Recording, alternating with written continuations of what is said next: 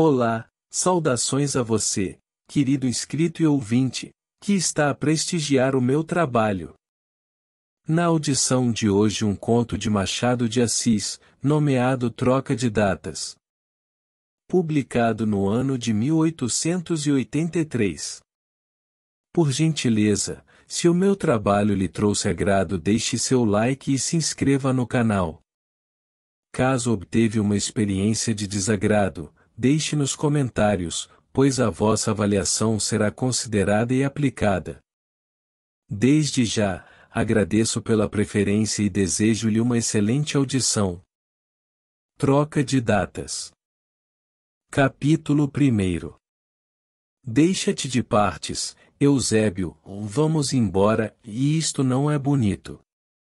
Cirila. Já lhe disse o que tenho de dizer, tio João, respondeu Eusébio. Não estou disposto a tornar a vida de outro tempo. Deixem-me cá no meu canto. Cirila que fique. Mas, enfim, ela não te fez nada. Nem eu digo isso. Não me fez coisa nenhuma, ou mais, e para que repeti-lo? Não posso aturá-la. Virgem Santíssima! Uma moça tão sossegada. Você não pode aturar uma moça, que é até boa demais. Pois, sim, e eu é que sou mau, ou mais deixem-me. Dizendo isto, Eusébio caminhou para a janela, e ficou olhando para fora. Dentro, o tio João, sentado, fazia circular o chapéu de Chile no joelho, fitando o chão com um ar aborrecido e irritado. Tinha vindo na véspera, e parece que com a certeza de voltar à fazenda levando o prófugo Eusébio. Nada tentou durante a noite, nem antes do almoço. Almoçaram, preparou-se para dar uma volta na cidade, e, antes de sair, meteu ombros ao negócio. Vã tentativa. Eusébio disse que não, e repetiu que não, à tarde, e no dia seguinte. O tio João chegou a ameaçá-lo com a presença de Cirila, mas a ameaça não surtiu melhor efeito, porque Eusébio declarou positivamente que, se tal sucedesse, então é que ele faria coisa pior. Não disse o que era, nem era fácil achar coisa pior do que o abandono da mulher, a não ser o suicídio ou o assassinato, mas vamos ver que nenhuma destas hipóteses era sequer imaginável. Não obstante, o tio João teve medo do pior, pela energia do sobrinho, e resignou-se a tornar a fazenda sem ele. De noite, falaram mansamente da fazenda e de outros negócios de Piraí, ou falaram também da guerra, e da batalha de Curuzu, em que Eusébio entrará, e donde saíra sem ferimentos, adoecendo dias depois.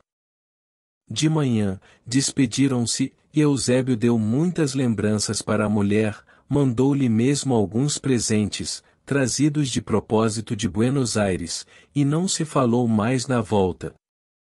Agora, até quando? Não sei, pretendo embarcar daqui a 1 mês ou 3 semanas, e depois, não sei, só quando a guerra acabar. Capítulo 2. Há uma porção de coisas que estão patentes ou se deduzem do capítulo anterior. Eusébio abandonou a mulher, foi para a Guerra do Paraguai, veio ao Rio de Janeiro, nos fins de 1866, doente, com licença.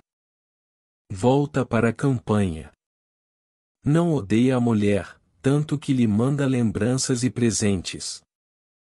O que se não pode deduzir tão claramente é que Eusébio é capitão de voluntários, é capitão, tendo ido tenente, portanto, subiu de posto, e, na conversa com o tio, prometeu voltar coronel.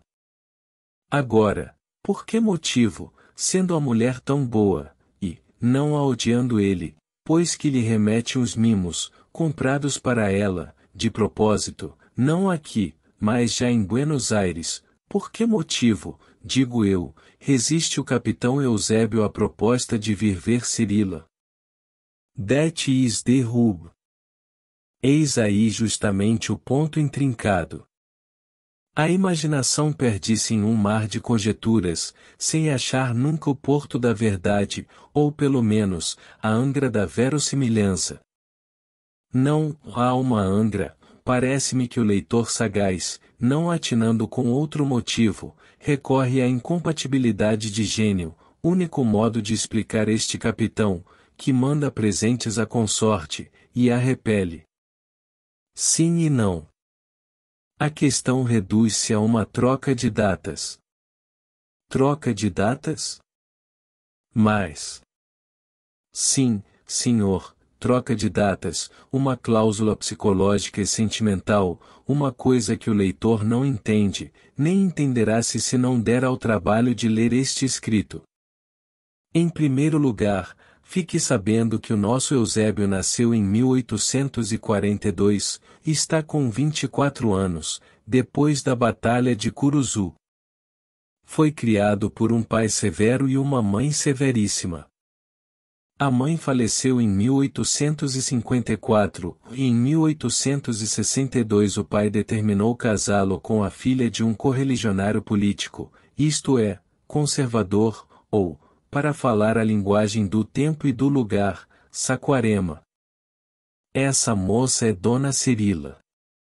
Segundo todas as versões, até de adversários, Dona Cirila era a primeira beleza da província, fruta da roça, não da corte, aonde já viera 2 ou 3 vezes, fruta agreste e sadia.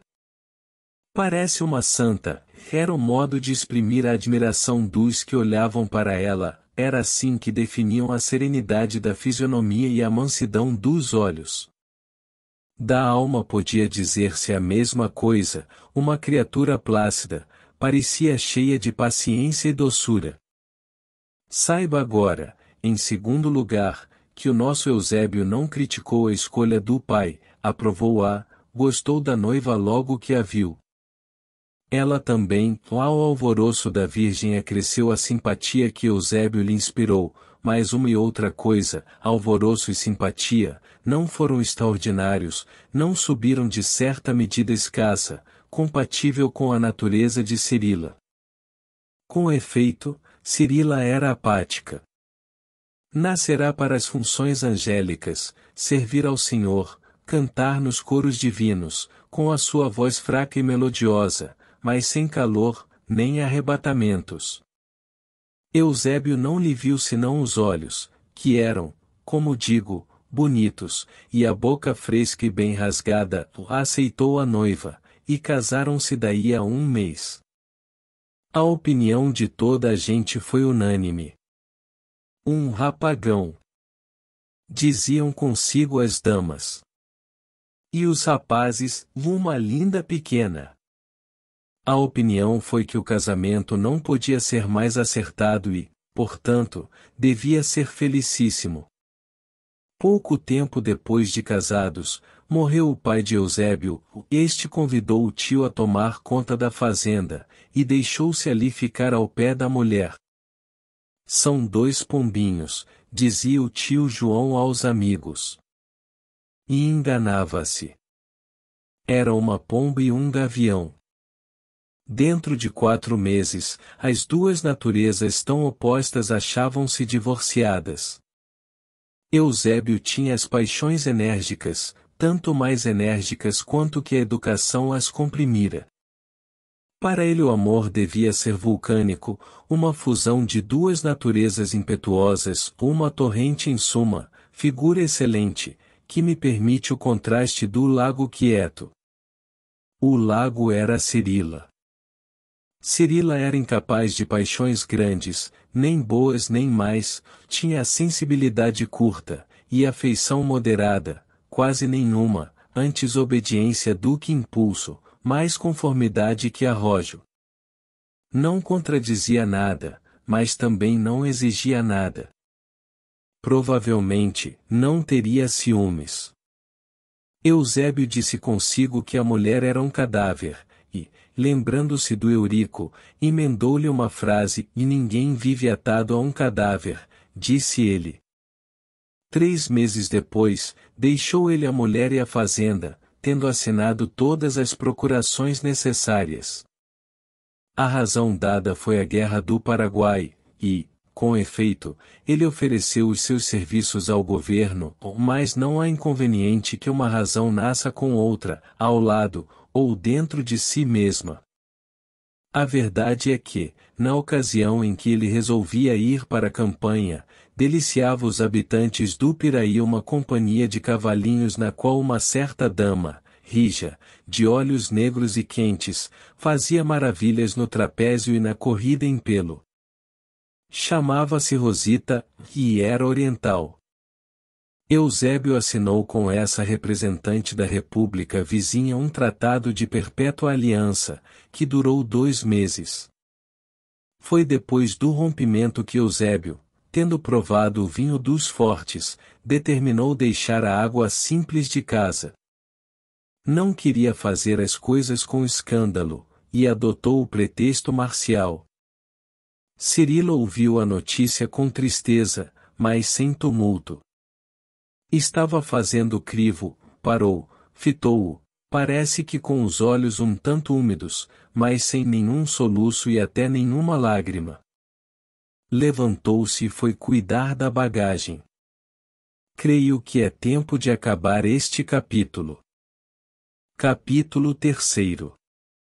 Como não há intenção do escrito contar a guerra, nem o papel que lá fez o capitão Eusébio, corramos depressa ao fim, no mês de outubro de 1870, em que o batalhão de Eusébio voltou ao Rio de Janeiro, vindo ele major, e trazendo ao peito 2 medalhas e 2 oficialatos, um bravo.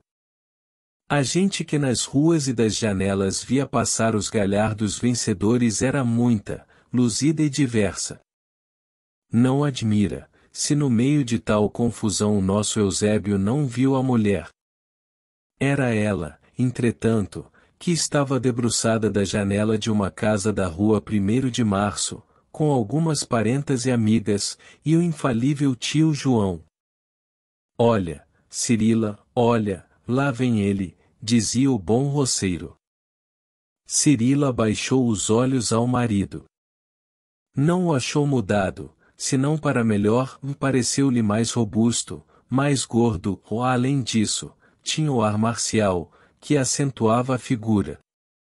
Não o tendo visto desde 5 anos, era natural que a comoção fosse forte, e algumas amigas, receosas, olhavam para ela.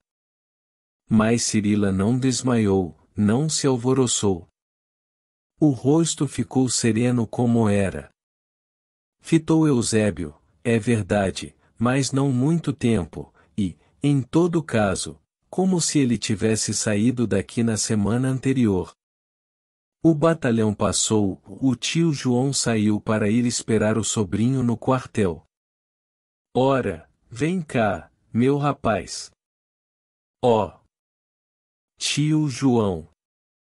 Voltas cheio de glória! Exclamou o tio João depois de o abraçar apertadamente. Parece-lhe? Pois então. Lemos tudo o que saiu nas folhas, você brilhou. Há de contar-nos isso depois. Cirila está na corte. Ah! Estamos em casa do Soares Martins. Não se pode dizer que ele recebeu a notícia com desgosto, mas também não se pode afirmar que com prazer, indiferente, é verdade, indiferente e frio. A entrevista não foi mais alvoroçada, ambos apertaram as mãos com um ar de pessoas que se estimam sem intimidade. 3 dias depois, Cirila voltava para a roça, e o major Eusébio deixava-se ficar na corte. Já o fato de ficar é muito, ou mais, não se limitou a isso. Eusébio estava namorado de uma dama de Buenos Aires, que prometera vir ter com ele ao Rio de Janeiro. Não acreditando que ela cumprisse a palavra, preparou-se para tornar ao Rio da Prata, quando ela aqui aportou, 15 dias depois. Chamava-se Dolores, e era realmente bela, um belo tipo de argentina. Eusébio amava-a loucamente, ela não o amava de outro modo, ambos formavam um par de doidos. Eusébio alugou casa na Tijuca, onde foram viver os dois, como um casal de águias. Os moradores do lugar contavam que eles eram um modelo de costumes e outro modelo de afeição. Com efeito, não davam escândalo e amavam-se com o ardor, a tenacidade e o exclusivismo das grandes paixões. Passeavam juntos, conversavam de si do céu, ele deixava de ir à cidade 3, 5, 6 dias, e quando ia era para se demorar o tempo estritamente necessário. Perto da hora de voltar, via-se a bela Dolores esperá-lo ansiosa à janela, ou ao portão. Um dia a demora foi além dos limites do costume, eram 5 horas da tarde, e nada, ou deram 6, 7, nem sombra de Eusébio. Ela não podia ter-se, e ia de um ponto para outro, interrogava os criados, mandava um deles ver se aparecia o patrão. Não chorava, tinha os olhos secos, ardentes. Enfim, perto de 8 horas, apareceu Eusébio. Vinha esbaforido, tinha ido à casa do ministro da guerra, onde o oficial do gabinete lhe disse que Sua Excelência desejava falar-lhe, nesse mesmo dia. Voltou lá às 4 horas, não o achou, esperou até às 5, até às 6, só às 6:30 é que o ministro voltou da Câmara, onde a discussão lhe tomara o tempo. Ao jantar, contou Eusébio que o motivo da entrevista com o ministro da guerra fora um emprego que ele pedirá, e que o ministro, não podendo dar-lhe, trocara por outro. Eusébio aceitou, ou era para o norte, na província do Pará. No Pará. Interrompeu Dolores. Sim. Que tem? Dolores refletiu um instante e depois disse que ele fazia muito bem aceitando, mas que ela não iria, ou receava os calores da província, tinha lá perdido uma amiga, provavelmente, voltava a Buenos Aires. O pobre major não pôde acabar de comer, instou com ela, mostrou-lhe que o clima era excelente, e que as amigas podiam morrer em qualquer parte. Mas a Argentina abanou a cabeça. Sinceramente, não queria. No dia seguinte, Eusébio desceu outra vez para pedir dispensa ao ministro, e rogar-lhe que o desculpasse, porque um motivo súbito, um incidente. Regressou a Tijuca, dispensado e triste, mas os olhos de Dolores curaram-lhe a tristeza em menos de 1 minuto. Já lá vai o Pará, disse ele alegremente. Sim. Dolores agradeceu-lhe o sacrifício com um afago, abraçaram-se amorosos, como no primeiro dia. Eusébio estava contente com ter cedido, não advertiu que, se ele insistisse, Dolores embarcaria também. Ela não fez mais do que exercer a influência que tinha, para se não remover da capital, mas, assim como Eusébio sacrificou por ela o emprego, assim Dolores sacrificaria por ele o repouso. O que ambos queriam principalmente era não se separarem nunca. 2 meses depois, veio a quadra dos ciúmes. Eusébio desconfiou de Dolores, Dolores desconfiou de Eusébio, e as tempestades desencadearam-se sobre a casa como o pampeiro do sul. Diziam um ao outro coisas duras, algumas ignóbeis, o Dolores arremetia contra ele, Eusébio contra ela, e espancavam-se e amavam-se. A opinião do lugar chegava ao extremo de dizer que eles se amavam melhor depois de espancados. São sistemas. Murmurava um comerciante inglês.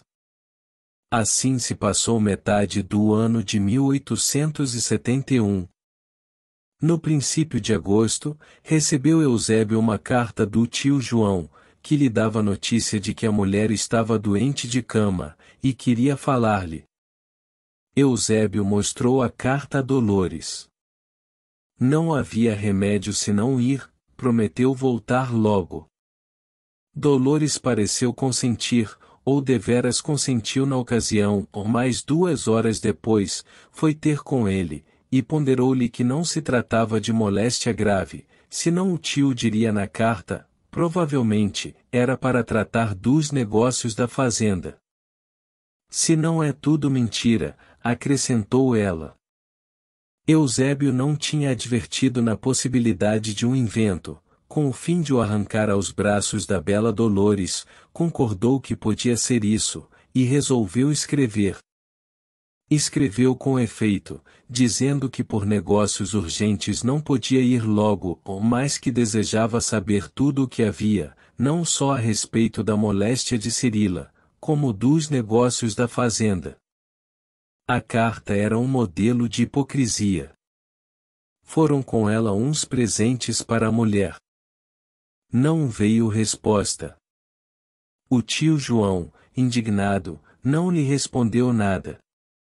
Cirila estava deveras doente, e a doença não era grave, nem foi longa, ou nada soube da carta. Na ocasião, ou mais, quando ela se restabeleceu, o tio disse-lhe tudo, ao dar-lhe os presentes que Eusébio lhe mandara.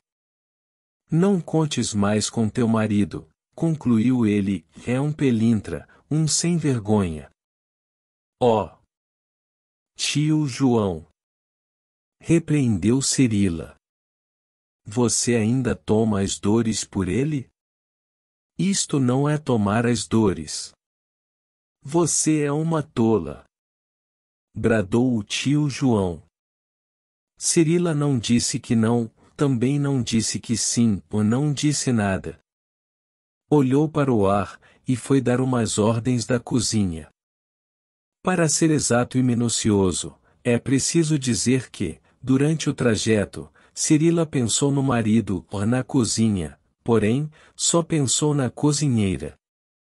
As ordens que deu saíram-lhe da boca, sem alteração de voz, e, lendo daí a pouco a carta do marido ao tio, fê-lo com saudade, é possível, mas sem indignação nem desespero. Há quem afirme que uma certa lágrima lhe caiu dos olhos no papel, mas se deveras caiu, não foi mais de uma, e em todo caso, não chegou a apagar nenhuma letra, porque caiu na margem, e Eusébio escrevia com margens grandes todas as suas cartas. Capítulo 4. Dolores acabou. O que é que não acaba? Acabou Dolores poucos meses depois da carta de Eusébio à mulher, não morrendo, mas fugindo para Buenos Aires com um patrício. Eusébio padeceu muito, e resolveu matar os dois, ou, pelo menos, arrebatar a amante ao rival. Um incidente obstou a esse desastre. Eusébio vinha do escritório da Companhia de Paquetes, onde fora tratar da passagem, quando sucedeu um desastre na Rua do Rosário perto do Beco das Cancelas, um carro foi de encontro a uma carroça, e quebrou a Eusébio, apesar das preocupações de outra espécie, não pôde conter o movimento que tinha sempre em tais ocasiões para ir saber o que era, a extensão do desastre, a culpa do cocheiro, para chamar a polícia, etc. Correu ao lugar, achou dentro do carro uma senhora, moça e bonita.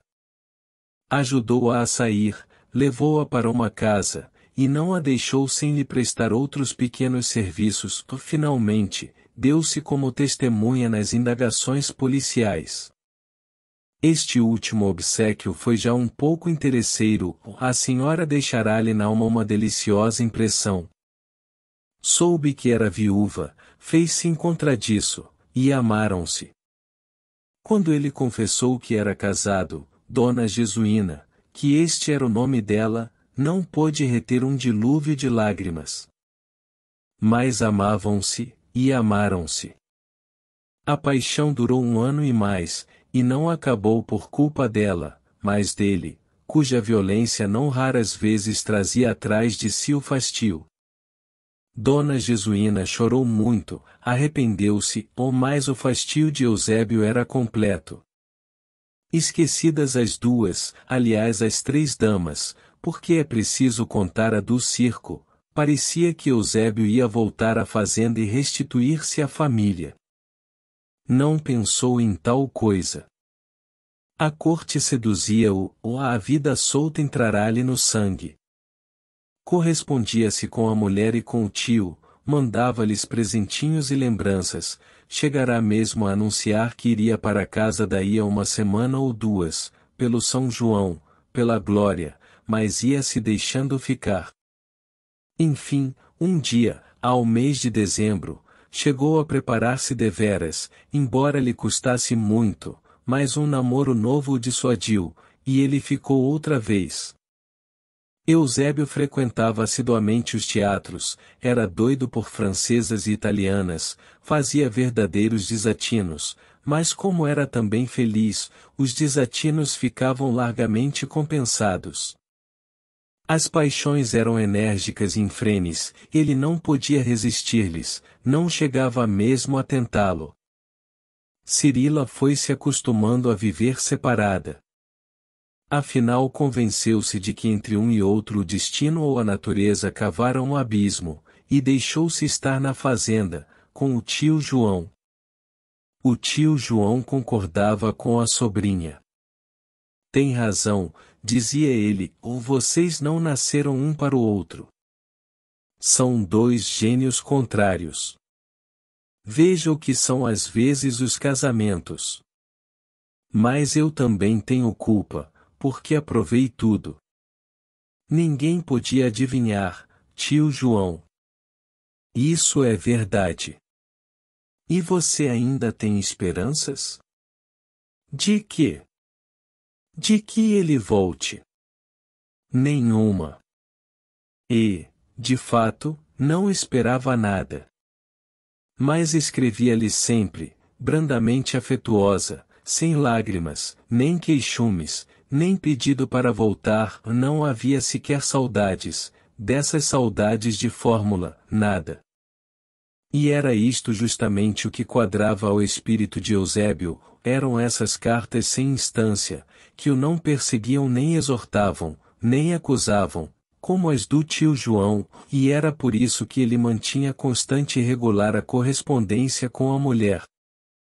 Um dia, passados 5 anos, Cirila veio à corte, com o tio, e esteve aqui 5 ou 6 dias e voltou para a roça, sem procurar o marido. Este soube do caso, disseram-lhe que ela estava em certo hotel, correu para lá, mas era tarde. Cirila partirá no trem da manhã. Eusébio escreveu-lhe no dia seguinte, chamando-lhe ingrata e esquecida, Cirila desculpou-se em dizer que tivera necessidade urgente de voltar, e não se falou mais nisso. Durante esse tempo a vida de Eusébio continuará no mesmo diapasão. Os seus amores multiplicavam-se, e eram sempre mulheres tão impetuosas e ardentes, como ele. Uma delas, Leoa Ciumenta, 2 ou 3 vezes lutara com outras, e até o feriu uma vez, deitando-lhe a cara uma tesoura. Chamava-se Sofia, e era rio-grandense. Tão depressa viu o sangue rebentar do queixo de Eusébio, se a tesoura apanhara de leve essa parte do rosto, Sofia caiu sem sentidos. Eusébio esqueceu-se de si mesmo, para correr a ela. Voltando a si, ela pediu-lhe perdão, rojou-se-lhe aos pés, e foi curá-lo com uma dedicação de mãe. As cenas de ciúmes reproduziram-se assim, violentas, por parte de ambos. Rita foi outra paixão de igual gênero, com iguais episódios, e não foi a última. Outras vieram, com outros nomes. Uma dessas deu lugar a um ato de delicadeza, realmente inesperado da parte de um homem como aquele. Era uma linda mineira, de nome Rosária, que ele encontrou no passeio público, um sábado, à noite. Cirila! Exclamou ele. Com efeito, Rosária era a cara de Cirila, a mesma figura, os mesmos ombros, a diferença única era que a mulher dele tinha naturalmente os modos acanhados e modestos, ao passo que Rosária adquirira outras maneiras soltas. Eusébio não tardou em reconhecer isso mesmo. A paixão que esta mulher lhe inspirou foi grande, mas não menor foi o esforço que ele empregou para esquecê-la. A semelhança com a mulher constituía para ele um abismo. Nem queria ao pé de si esse fiel traslado, que seria ao mesmo tempo um remorso, nem também desejava fitar aqueles costumes livres, que lhe conspurcavam a imagem da mulher. Era assim que ele pensava, quando havia, ou ausente, voltava a paixão. Que era preciso para vencê-la, senão outra? Uma Clarinha consolou de Rosária, uma Luísa de Clarinha, uma Romana de Luísa, etc., etc. Não iam passando só as aventuras, mas os anos também, os anos que não perdoam nada. O coração de Eusébio tinha se fartado de amor, a vida oferecerá-lhe a taça cheia, e ele embriagara-se depressa. Estava cansado, e tinham passado 8 anos. Pensou em voltar para casa, mas como? A vergonha dominou-o, escreveu uma carta à mulher, pedindo-lhe perdão de tudo, mas rasgou-a logo, e ficou. O fastio veio sentar-se ao pé dele, a solidão acabrunhou-o. Cada carta de Cirila trazia-lhe o aroma da roça, a saudade de casa, a vida quieta ao lado da esposa constante e meiga, e ele tinha ímpetos de meter-se na estrada de ferro ou mais a vergonha. No mês de outubro de 1879, recebeu uma carta do tio João. Era a primeira depois de algum tempo, receou alguma notícia má, abriu-a, e preparou-se logo para seguir. Com efeito, Cirila estava doente, muito doente. No dia seguinte partiu. Ao ver, à distância, a fazenda, a casa, a capelinha, estremeceu e sentiu alguma coisa melhor, menos desatinado do que os anos perdidos. Entrou em casa trôpego. Cirila estava dormindo quando ele chegou, e, apesar dos pedidos do tio João, Eusébio foi ao quarto, pé ante pé, e contemplou-a, saiu logo, escondendo os olhos, o tio João apertou-o nos braços, e contou-lhe tudo. Cirila adoecera de uma febre perniciosa, e o médico disse que o estado era gravíssimo, e a morte muito provável. Felizmente, naquele dia de manhã, a febre cedera. Cirila restabeleceu-se em poucos dias. Eusébio, durante os primeiros, consentiu em não ver a mulher, para lhe não produzir nenhum abalo, mas já sabemos que Cirila tinha os abalos insignificantes. Estendeu-lhe a mão, quando ele lhe apareceu, como se ele tivesse saído dali na semana anterior, tal qual se despedira antes, quando ele foi para a guerra. Agora é de vez? Perguntou o tio João ao sobrinho. Juro que é de vez. E cumpriu. Não se pense que ficou constrangido, ou com o ar enfadado de um grande estroina que acabou. Nada, ficou amigo da mulher, meigo, brando, dado ao amor quieto, sem explosões, sem excessos qual o de Cirila. Quem os via podia crer que eram as duas almas mais homogêneas do universo, pareciam ter nascido um para o outro. O tio João, homem rude e filósofo, ao vê-los agora tão unidos, confirmou dentro de si mesmo a observação que fizera uma vez, mas modificando-a. Por este modo, não eram as naturezas que eram opostas, as datas é que se não ajustavam. O marido de Cirila é este Eusébio dos 40, não o outro. Enquanto quisermos combinar as datas contrárias, perdemos o tempo, ou mais o tempo andou e combinou tudo. Fim. Esta foi a obra narrada deste vídeo. Uma vez mais, agradeço pela preferência. Caso lhe tenha agradado, curta, se inscreva e compartilhe. Se algo não lhe agradou, escreva nos comentários, pois a sugestão será aplicada. Um grande abraço a você, querido inscrito e ouvinte. Até a próxima!